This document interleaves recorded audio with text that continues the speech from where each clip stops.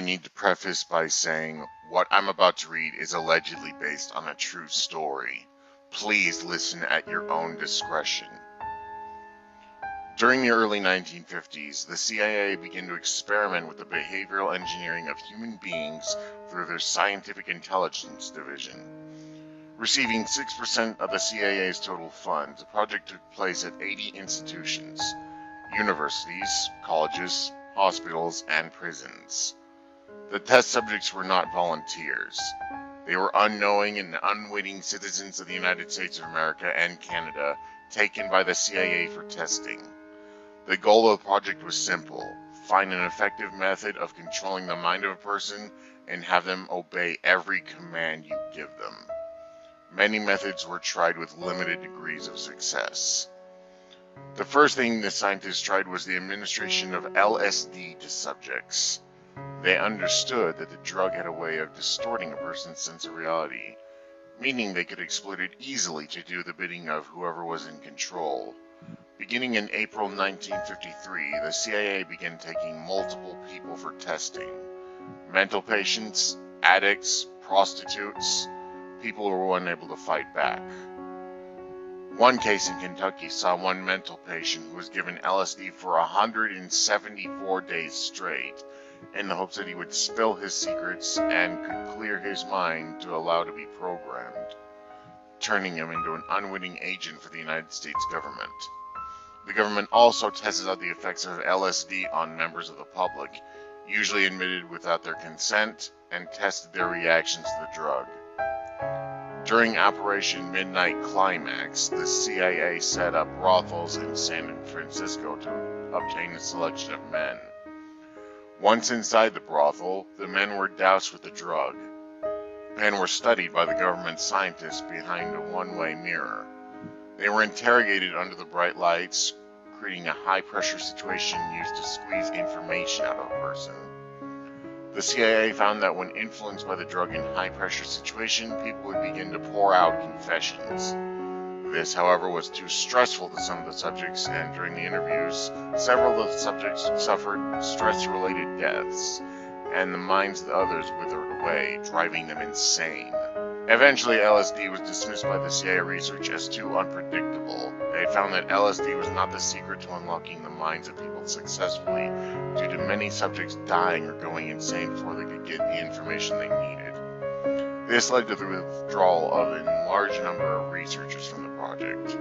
This did not stop the CIA, though. They began experimenting with other kinds of drugs, which eventually led to what could be regarded as the thing that stopped the project. In one test involving a subject by the name of Sidney Greenwood, they injected barbiturate in one arm and amphetamine in the other. The barbiturate was injected first, numbing the subject's senses and causing him to fall asleep. As the subject was about to slip away into a comatose state, the amphetamine was released into his body, forcing him to stay awake. At this point, he began to babble incoherently. However, it was possible at times to ask him questions and get useful answers back. It seemed they had succeeded.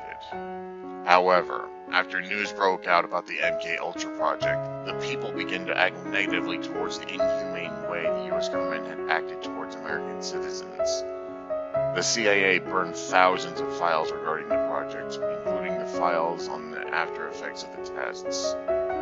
Due to technological advancements, it has been possible for investigators to recover some of the burned files and restore some of the documents to the extent that they are readable. Below is a record of the trials undertaken of Sidney Greenwood mentioned above. Project MKUltra, Dr. Jason Cattrall. Subject 8374, Sidney Greenwood. Day 1. Injected subject with barbiturate and amphetamine. Subject is in an almost dreamlike state, yet is still awake. Subject is talking to himself as he nods his head back and forth, side to side, as though talking to people around him. I feel the need to clarify that the contained room is empty.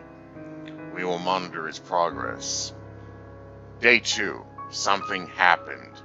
We begin to ask the subject questions about his life. He answers truthfully. We will press him more tomorrow and see what happens. Day 3. Amazing. Not only will he answer any question posed to him, but he is also under the illusion that he is owned by us. Good work. I feel the project may have finally achieved its goal. Day 4. Shit! Something is wrong. Went in to check on the subject this morning to find him bleeding from the eyes and frothing at the mouth. Place subject in isolation. We'll keep monitoring progress. Day 5. Still the same as Day 4. Doctors working on the subject have taken ill, leaving site complaining about migraine headaches. Subject remains in isolation. Day 6. This is it. I'm done. This document is my resignation. Went to check on the subject this morning. He wasn't in isolation. Subject is still missing. He's out there. 2 members of security guarding the door found dead. Their brains painted across the walls. Both bodies shown with bullet holes in the skull. I don't know who will find this document, but whoever it is, make MK Ultra known. Not just about the test, but what it does to the subjects who survive. It makes them dangerous. That is where the document ends.